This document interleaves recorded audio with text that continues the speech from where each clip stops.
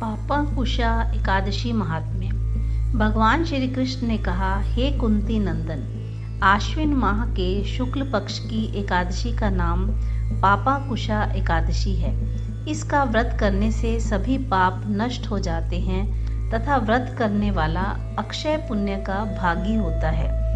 आश्विन शुक्ल एकादशी के दिन इच्छित फल की प्राप्ति के लिए भगवान विष्णु का पूजन करना चाहिए। इस पूजन के द्वारा मनुष्य को स्वर्ग लोक की प्राप्ति होती है। हे अर्जुन, जो मनुष्य कठिन तपस्याओं के द्वारा फल की प्राप्ति करते हैं, वह फल इस एकादशी के दिन क्षीर सागर में शेष नाग पर शयन करने वाले भगवान विष्णु को नमस्कार कर देने से मिल जाता है और मनुष्य को यम के दुख नहीं भोगने पड़ते।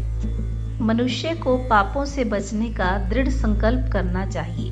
भगवान विष्णु का ध्यान स्मरण किसी भी रूप में सुखदायक और पाप नाशक है, परंतु पापांकुशा एकादशी के दिन प्रभु का स्मरण कीर्तन सभी क्लेशों व पापों का शमन कर देता है। पापांकुशा एकादशी व्रत कथा। प्राचीन समय में विंध्य पर्वत पर क्रोधन नामक एक वहेलिया रहता था। वह बड़ा ही क्रूर था। उसका सारा जीवन हिंसा, लूटपाट, मद्यपान और गलत संगति पाप कर्मों में बीता।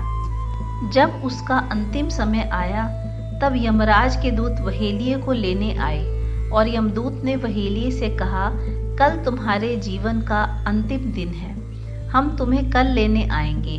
यह बात सुनकर वहेलिया बहुत भयभीत हो गया और महर्षि अंगीरा के आश्रम में पहुंचा और महर्षि अंगीरा के चरणों पर गिरकर प्रार्थना करने लगा, हे ऋषिवर, मैंने जीवन भर पाप कर्म ही किए हैं। कृपा करके मुझे कोई ऐसा उपाय बताएं जिससे सारे पाप मिट जाएं और मोक्ष की प्राप्ति हो।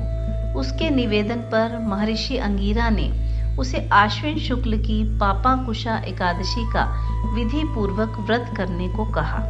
महर्षि अंगीरा के कहे अनुसार उस वहेलिये ने यह व्रत किया और किए गए सारे पापों से छुटकारा पा लिया और इस व्रत पूजन के बल से भगवान की कृपा से वह विष्णु लोक को गया।